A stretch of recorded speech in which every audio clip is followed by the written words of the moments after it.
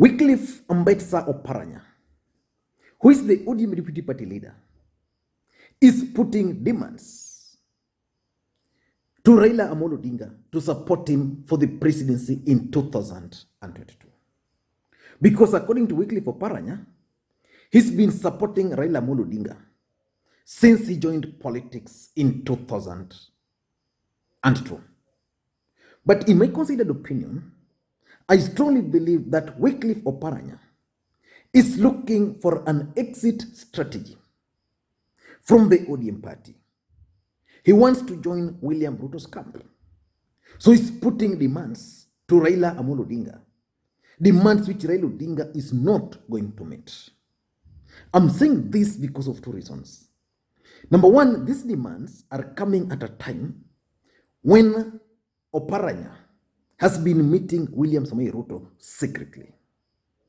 Number two, the demands are also coming after the Matungu by-election.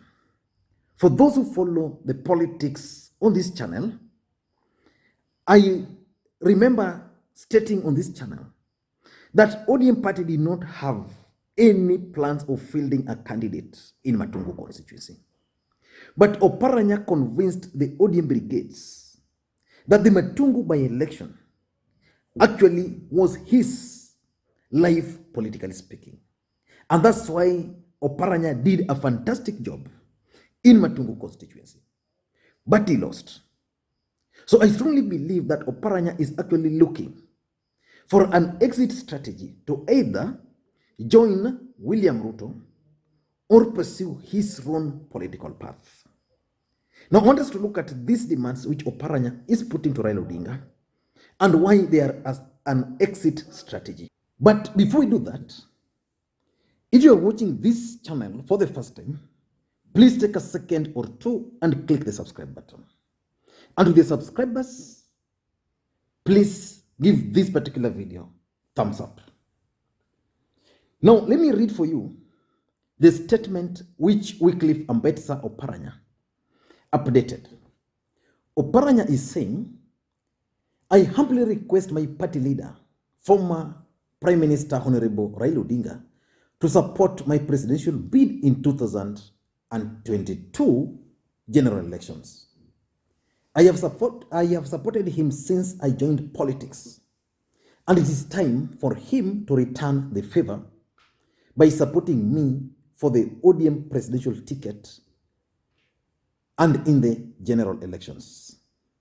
With his support, my development records, and reaching out to other national leaders for their support, I am confident of becoming the 5th president of this country. Now that's Oparanya. But why do you think Oparanya is insisting on Raila Odinga supporting him? For us to understand that, let us look at Wycliffe Oparanya's political journey. Wycliffe Oparanya joined politics in 2002. And before 2002, Wycliffe Oparanya worked for a company which is associated with the Moi family, the Kenya Eurotech, as the chief financial controller.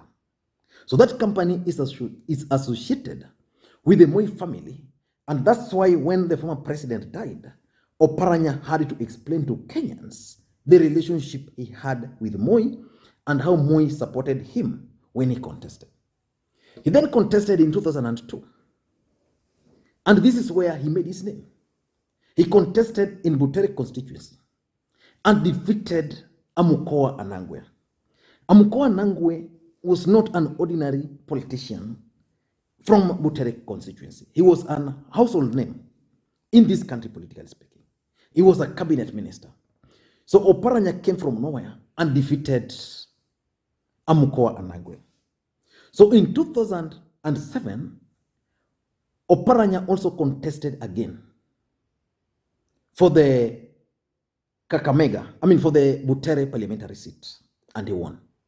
And those who follow politics in this country, after the 2007 general election, we had the post-election violence, and after the post-election violence, we had the coalition government. So Raila Odinga, in his own wisdom, appointed Wycliffe Oparanya as a cabinet minister. And he served as a cabinet minister during that entire period. So in 2013, Oparanya then decided to run for Kakamega gubernatorial seat. Because remember, in 2010, the constitution was changed. So Raila Odinga identified certain close allies and advised them to go for the gubernatorial seats. He advised that time Hassan Joho to go for the Mombasa gubernatorial seat. He advised Amason Kingi to also go for the Kilifi for the Kilifi gubernatorial seat. In Kakamega, he advised Oparanya to contest for the Kakamega gubernatorial seat. In Nyanza, he advised 3 individuals to also contest for the gubernatorial seat. Raila Odinga actually advised the Sia Senator, James Orengo, to contest for the gubernatorial seat in 2013. Orengo refused. In Kisumu, he advised Anyang' Nyong'o to contest for the gubernatorial seat. Anyang' Nyong'o refused. He also advised Otieno Kajwang to contest in Homa Bay. Otieno Kajwang also refused. These 3 members of parliament, these 3 former members of parliament from Nyanza, who were advised to go for the gubernatorial seats and refused, they refused because they believed that the Senate was going to be a upper house. It was going to be more powerful than governors. So it's only now that they are realizing that governors are more powerful than senators. So that's how Oparanya became the governor of Kakamega, and later on Oparanya even became the ODM deputy party leader as we speak, because ODM party has 2 deputy party leaders, that's Hassan Joho and Oparanya. So the question which I'm asking, between Oparanya and Raila Odinga, who has supported who? The mere fact that Raila Odinga decided to appoint Oparanya as a cabinet minister is the reason why Oparanya made his name.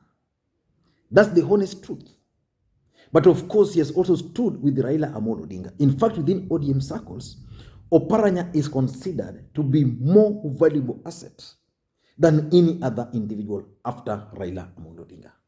But these demands, in my considered opinion, are a strategy to either exit the ODM party under John William Samoei Ruto, or Oparanya is planning to chart his own political path.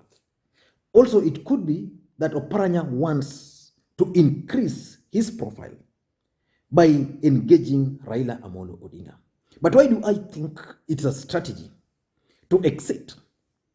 Number 1, Raila Odinga has supported Oparanya all his political life. Let me tell you one thing. If Raila Odinga didn't want Oparanya to be the governor for Kakamega, he would have stopped him. If Raila Odinga didn't want Oparanya to be the cabinet minister at that time, because nobody knew Oparanya, he would have stopped Oparanya at that time. But Raila Odinga supported Oparanya. So the fact that Oparanya was a member of parliament who depended on Raila Odinga to win, became a governor who depended again on Raila Odinga to win, does not make him the only person who supported Raila Amolo Odinga. In fact, the support Oparanya offered to Raila Amolo Odinga can be said to be mutual. So he supported Raila Odinga supported him. And again, Oparanya is not the only leader or the only governor who has supported Raila Amolo Odinga. Oparanya became a governor in 2013. Oparanya became a cabinet minister in 2007. Kingi became a cabinet minister in 2007. Kingi became a governor in 2013. So basically, if you look at it strategically, Raila Odinga prepared a team of future leaders when he was the Prime Minister of the Republic of Kenya. Because that's the team where Ababu Namwamba was also supposed to emerge. And Ababu Namwamba was even made Secretary General of ODM Party. But remember, Ababu Namwamba also messed a bit. So Oparanya is not the only person who is supporting Raila Odinga. Number 2 is the timing. Why now? Why now when Oparanya has actually submitted his application to be considered for the ODM parliamentary ticket? There are 2 people. There's Joho and there's Oparanya Why is Oparanya putting these demands and not even Joho? So those are the questions. Why at a time when there is this issue of the BBI campaigns? Remember, Oparanya is on record advising Raila and Uhuru that the timing for the BBI, which is a project of Uhuru and Raila, is no longer tenable. Why the timing now? Number 3, if you've been following Oparanya's politics, he's not making any effort to campaign amongst the ODM delegates and event supporters. Because if you want to become the ODM presidential candidates, the delegates will have a say. So today we should be expecting Oparanya to go to Nyanza, for example, and hold a meeting there with the ODM delegates. We expect Oparanya to go to Mombasa and hold a meeting with delegates. And I want to remind you of the botched Kasarani ODM elections.